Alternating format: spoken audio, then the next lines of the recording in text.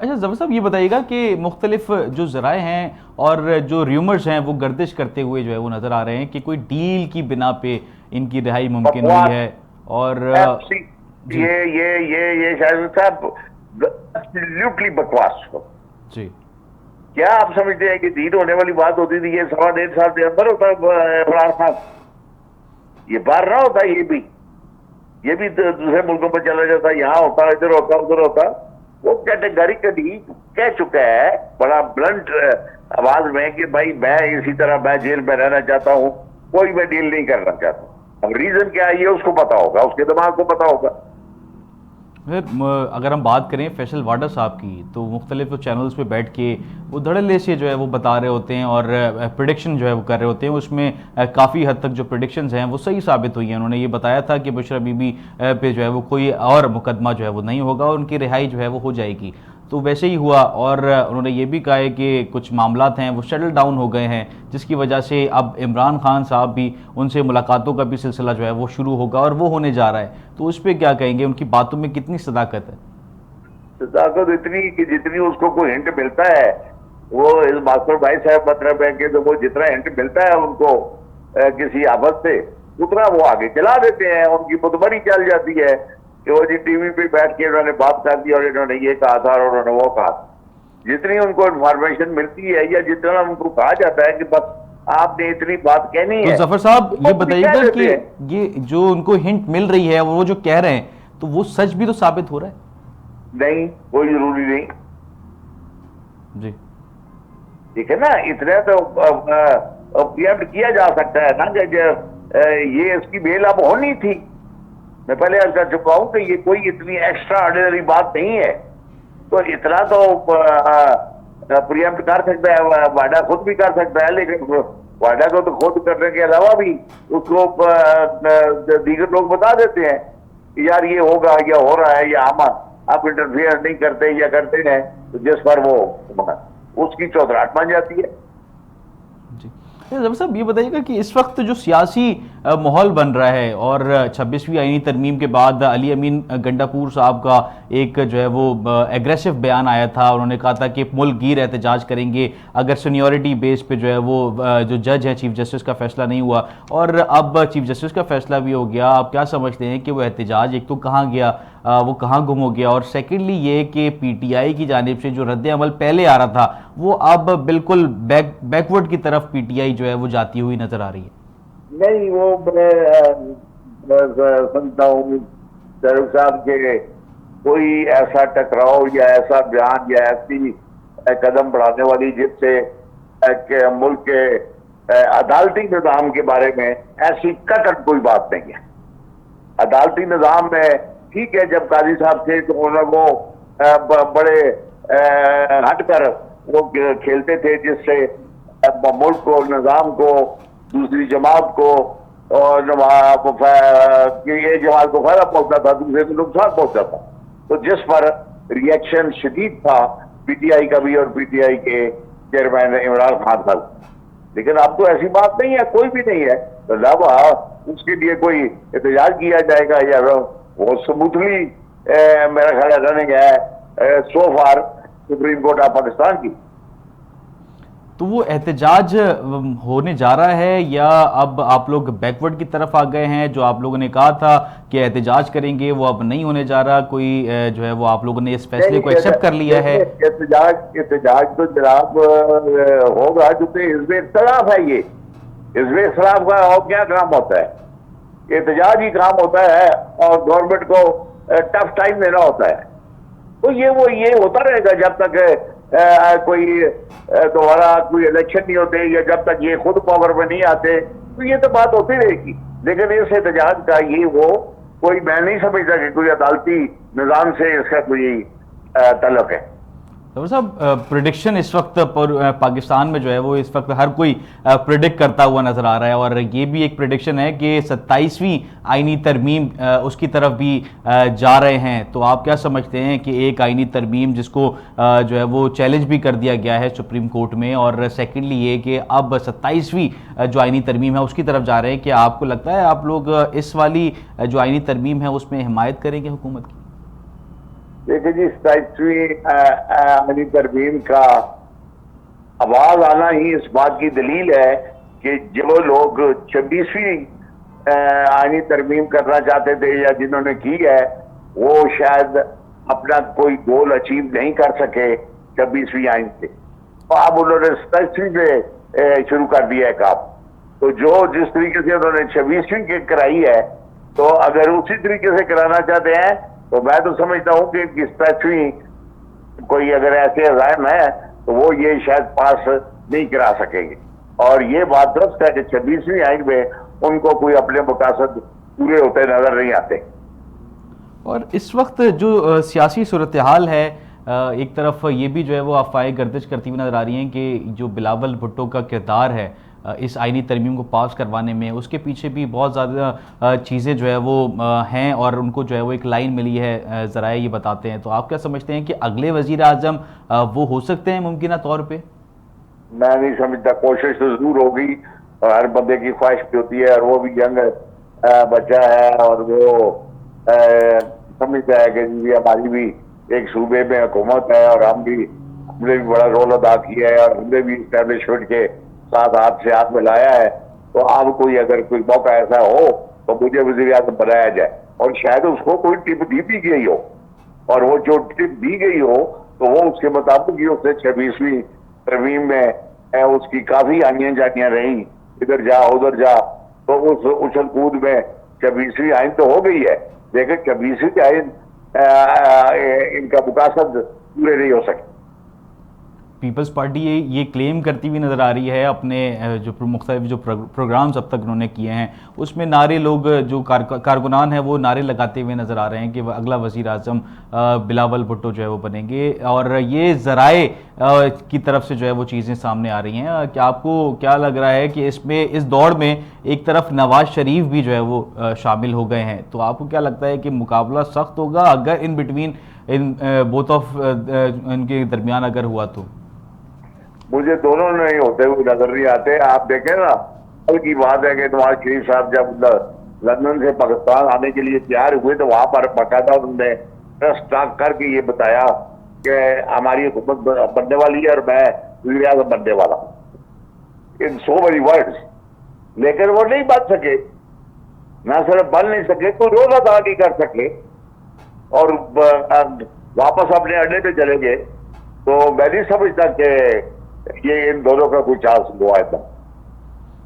ظفر صاحب یہ بتائیے گا، اس وقت جو ملک میں عدم استحکام چل رہا ہے جس کی وجہ سے معاشی معاملات بھی جو ہے وہ عوام رول گئی ہے، عوام مزید جو ہے وہ مہنگائی کی وجہ سے بہت زیادہ پریشان ہے، اور ایک طرف جو سیاستدان ہیں وہ آئینی ترمیم کے حوالے سے بات کرتے ہوئے نظر آ رہے ہیں، مگر جو عوامی مسائل ہیں ان کو حل کرتا ہوا کوئی حکمران اس وقت نظر نہیں آ رہا.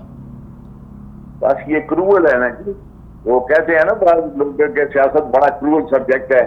وہ اس کے لیے کہتے ہیں کہ سیاستدان ماس وائز سے آگے دیکھتا ہی نہیں اپنے ویسٹرن انٹرسٹ کے علاوہ. میں وزیر اعلیٰ بن جاؤں، وزیر اعظم بن جاؤں، مجھے اتنا فنڈ مل جائے، میں یہ کر دوں، میرے کہنے پہ ڈی سی بدلائے جائے، ایس پی بدلائے جائے. یہ سوچ ہے ہمارے سیاستدان کی.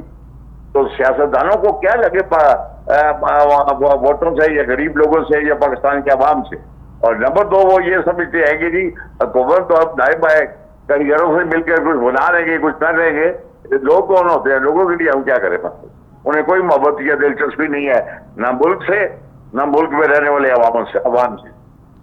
اس وقت موجودہ جو سیاسی پی ٹی آئی کی کنڈیشن ہے وہ قیادت کا اس میں جو ہے وہ فقدان نظر آ رہا ہے، کیونکہ بانی پی ٹی آئی اس وقت جیل میں ہیں، اور بشرا بی بی کی رہائی، آپ کو کیا لگتا ہے کہ ایک نیا جو ہے وہ حکمران اور لیڈر جو ہے وہ کی حیثیت سے بشرا بی بی جو ہے وہ لیڈ کریں گی پی ٹی آئی کو، یا ابھی بیرسٹر گوہر صاحب بھی جو ہے اس کو لیڈ کریں گے؟ نہیں، آئی ڈونٹ تھنک.